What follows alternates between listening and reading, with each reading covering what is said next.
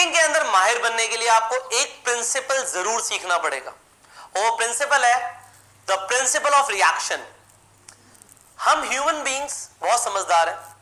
जितने भी एनिमल्स हैं, जितने भी एनिमल किंगडम के अंदर जीव जंतु हैं, उनमें जो सबसे ज्यादा दिमाग है वो किसमें है? ह्यूमन बीइंग्स में। और ह्यूमन बीइंग्स के पास एक ऐसी चीज है जो किसी भी एनिमल के पास नहीं है, वो है उसकी फ्री विल। ह्यूमन बीइंग्स अपने डिसीजंस ले सकते हैं, वो कुछ भी सोच सकते हैं, वो जो चाहे वो कर सकते हैं, उनके पास एक फ्री विल होती है। वो डिसीजन लेने की फ्री विल होती तो है, पर फिर भी जो इंसान है वो है तो एक जानवर ही, और वो जानवरों की तरह रिएक्ट करते हैं। ये मैं आपके लिए नहीं बोल रहा, ये मैं आपके प्रोस्पेक्ट्स के लिए बोल रहा हूं। जिन लोगों को आप अप्रोच करने वाले हो उन लोगों के लिए आपको बोल रहा हूं कि लोग सिर्फ और सिर्फ रिएक्ट करेंगे। वो अपने डिसीजंस जो ले रहे हैं अपनी फ्री विल के हिसाब से नहीं ले रहे। देखो, दो तरीके से हम डिसीजन लेते हैं, हमारे दो तरीके के ब्रेन एक्टिव है। एक होता है हमारा कॉन्शियस ब्रेन। अब जो कॉन्शियस ब्रेन होता है वो अभी एट प्रेजेंट, जैसे आप और मैं बात कर रहे हैं ना, आपस में हमारी कॉन्वर्सेशन चल रही है, आप समझ रहे हो, अभी आप कॉन्शियसली एक्टिव हो। मैंने किया, आप कॉन्शियसली एक्टिव हो गए, आपका ध्यान ले लिया, मैंने फोकस ले लिया, ये आपको कॉन्शियस ब्रेन है। पर सब कॉन्शियस ब्रेन बहुत सारे डिसीजंस ले रहा है इसी टाइम पे। आपको कब पलकें झपकानी है, आपको क्या करना है, कैसे करना है, जो आपके डिसीजंस होते हैं एक्चुअल में जो आपका सबकॉन्शियस ब्रेन है वही लेता है। पर जो कॉन्शियसली आप डिसीजन ले रहे हो ना, वो भी आपको नहीं पता कि उसमें भी कहीं ना कहीं सबकॉन्शियस का रोल है, और उस रोल को जो इन्फ्लुएंस कर रहा है, जो ट्रिगर कर रहा है कॉन्शियसली, अभी जो आप करने वाले हो उसको कौन ट्रिगर कर रहा है? वो रिएक्शंस कर रहे हैं। वो न्यूटन का थर्ड लॉ ऑफ मोशन है ना, कि every action has an equal and opposite reaction. Her action का कुछ ना कुछ रिएक्शन जरूर होता है। एग्जाम्पल के तौर पे, अभी कोई इंसान आके अभी आपके पीछे से एकदम से आपको एक चांटा मार दे, ऐसा कोई करेगा नहीं, पर एक मैं एग्जाम्पल के तौर पे दे रहा हूं। अभी कोई आते आपको स्लैप कर दे, आप क्या करोगे? आप पलट के उसे भी स्लैप करोगे। एक एक्शन हुआ और तुरंत रिएक्शन हुआ,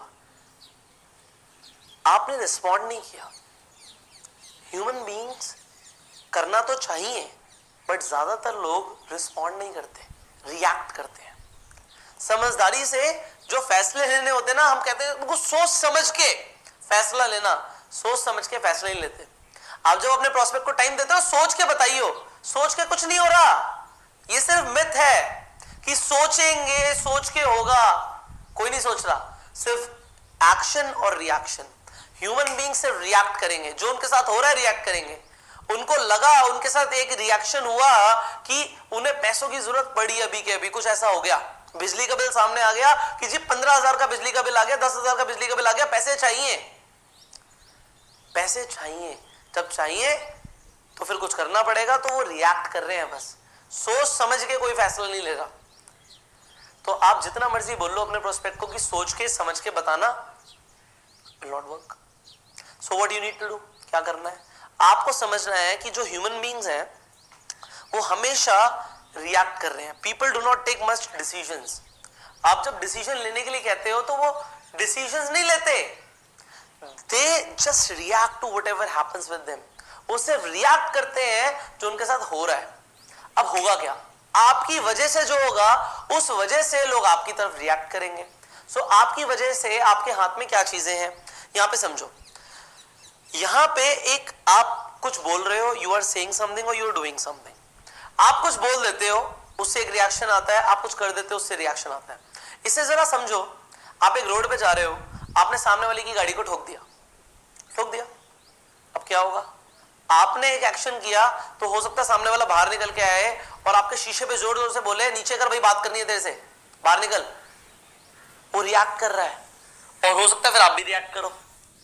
सो अब यहां पे एक तो कुछ करने से रिएक्शन हुआ, अब आपने वहां पे उसे कुछ बोल दिया, आपने कुछ और अब्यूजिव बोल दिया, और उसने आप पे हाथ उठा दिया, तो यहां पे आपके बोलने से भी रिएक्शन हो रहा है।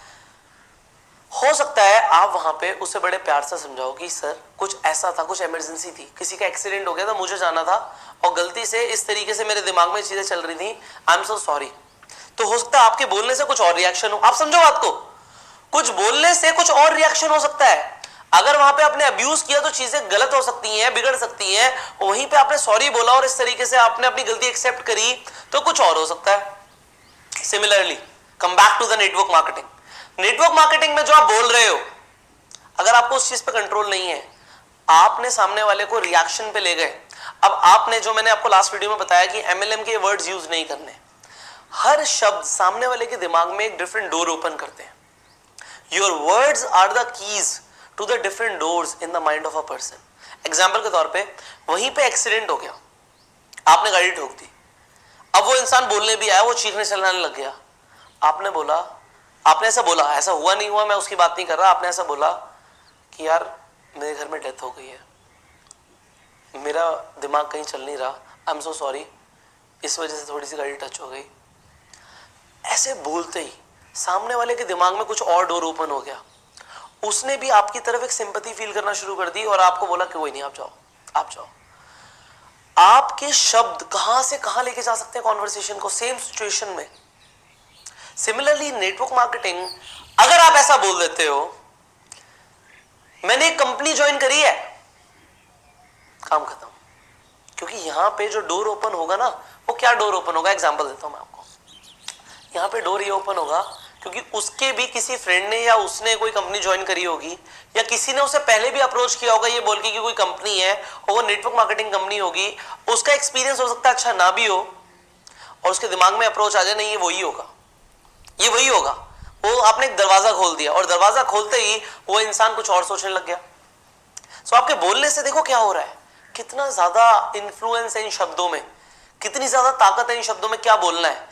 अब अगर आप इस तरीके से कुछ वर्ड्स यूज करते हो जो एमएलएम के वर्ड्स हैं स्पेसिफिकली, जैसे कि अपलाइन, डाउनलाइन, सक्सेस लाइंस, मेरा यहाँ पे मार्केटिंग प्लान है, यहाँ पे हमारा मतलब आपने बोला हमारा बिजनेस बीओपीपी इवेंट होने वाला है, हमारी एनडीओ ट्रेनिंग होगी, हमारा ये होगा, हमारा इस कंपनी में मैं डायरेक्टर बनने वाला हूँ, वो इंसान ये डायमंड डायरेक्टर है। सो ये जो वर्ड्स है ये एमएलएम के स्पेसिफिक वर्ड्स हैं, और इन वर्ड से अलग अलग दरवाजे खुलेंगे, चाबियां हैं ये शब्द, और वो होने से फिर क्या होगा, you can expect, so people will react to it.